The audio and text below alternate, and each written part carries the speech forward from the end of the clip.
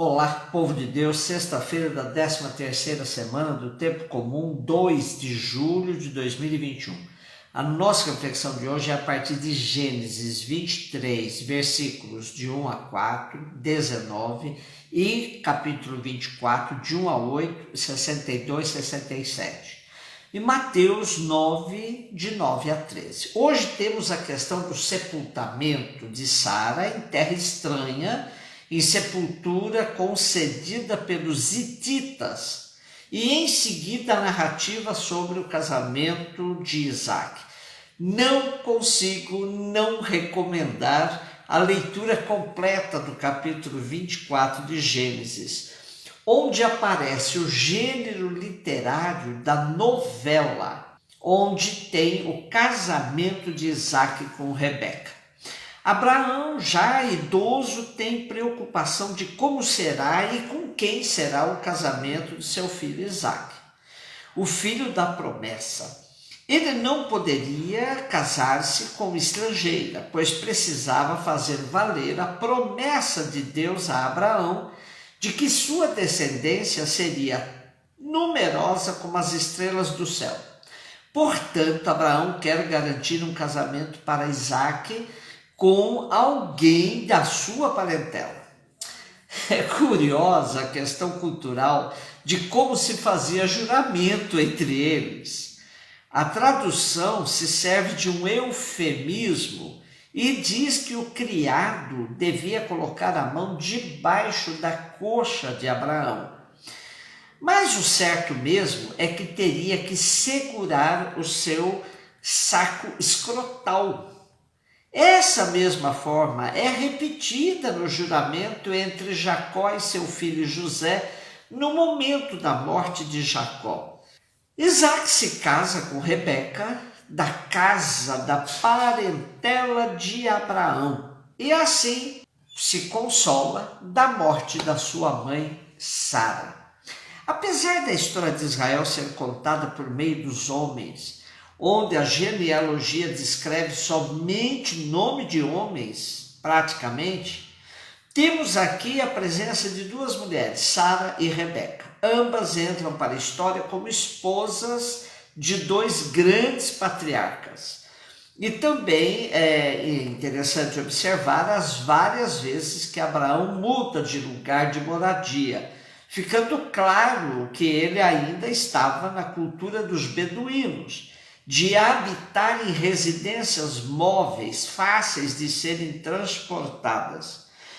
E com o casamento de Isaac e Rebeca, a história de Israel tem continuidade agora com uma segunda geração patriarcal. Mateus 9, de 9 a 13. Partindo dali, Jesus viu um homem chamado Mateus, sentado na coletoria de impostos, e disse-lhe: segue-me. Ele se levantou e seguiu a Jesus. Enquanto Jesus estava à mesa em casa de Mateus, vieram muitos cobradores de impostos e pecadores e sentaram-se à mesa com Jesus e seus discípulos. Alguns fariseus viram isso e perguntaram aos discípulos: por que vosso mestre come com os cobradores de impostos e pecadores? Jesus ouviu a pergunta e respondeu: aqueles que têm saúde não precisam de médico, mas sim os doentes. Aprendei, pois, o que significa: quero misericórdia e não sacrifício. De fato, eu não vim para chamar os justos, mas os pecadores. Impressionante como a lei do puro e do impuro tinha um poder enorme, muito forte, classificando e separando as pessoas. Jesus transitou em meio a muitas situações em que esta lei segregava uns e outros, e sempre ele a enfrentou abrindo portas para um outro tipo de convivência com os impuros. Mateus, também chamado de Levi, era cobrador de impostos, profissão odiada pelos judeus, pois se configurava numa maneira não muito limpa de ficar rico. E o dinheiro que circulava nas mãos de cobradores de impostos era também considerado sujo, impuro.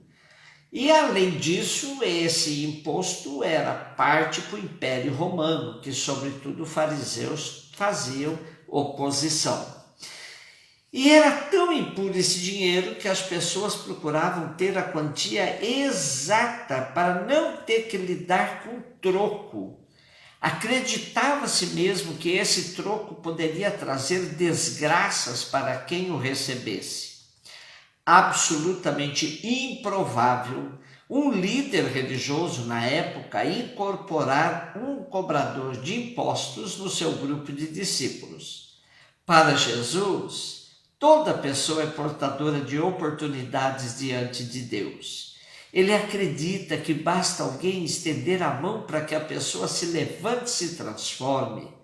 Vários seguidores de Jesus saíram do chamado mundo de impureza, enfermidades e possessões demoníacas. A própria profissão de pescador também não era bem vista, assim como agricultor. Se o dinheiro do cobrador de impostos era impuro, imaginemos um banquete dado com tal dinheiro, reunindo vários cobradores de impostos e pecadores de toda a ordem. Era o verdadeiro banquete da impureza aos olhos dos judeus.